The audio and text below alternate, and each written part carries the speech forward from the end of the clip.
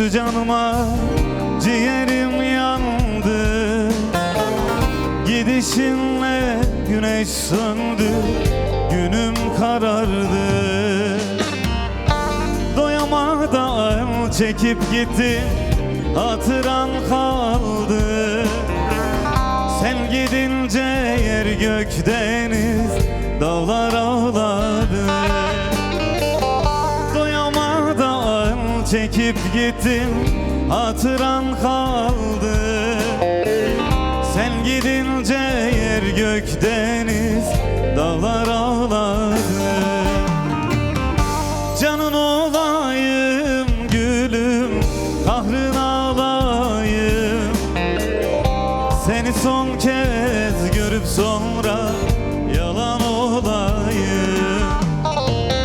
Canın olayım gülüm, kahrın alayım. Seni son kez görüp sonra yalan olayım.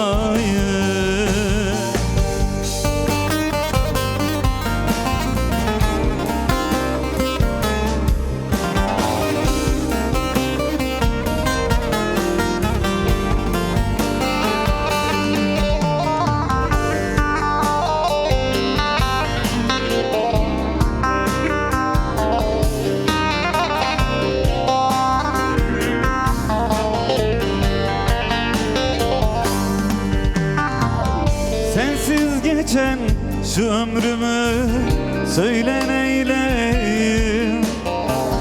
Ölümden ağır bu derdi kime söyleyeyim.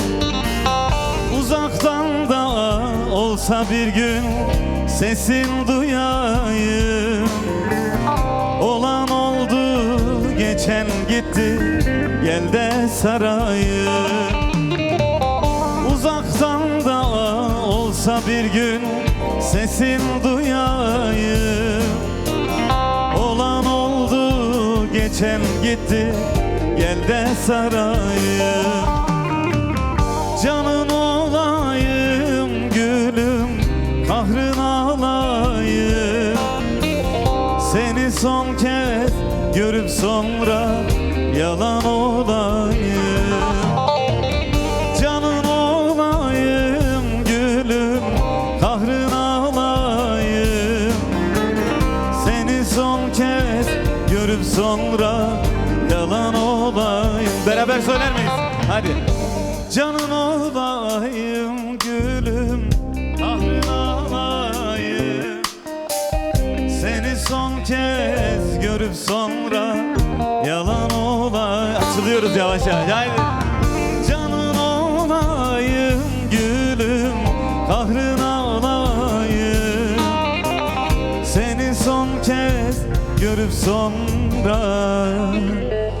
yalan olayım.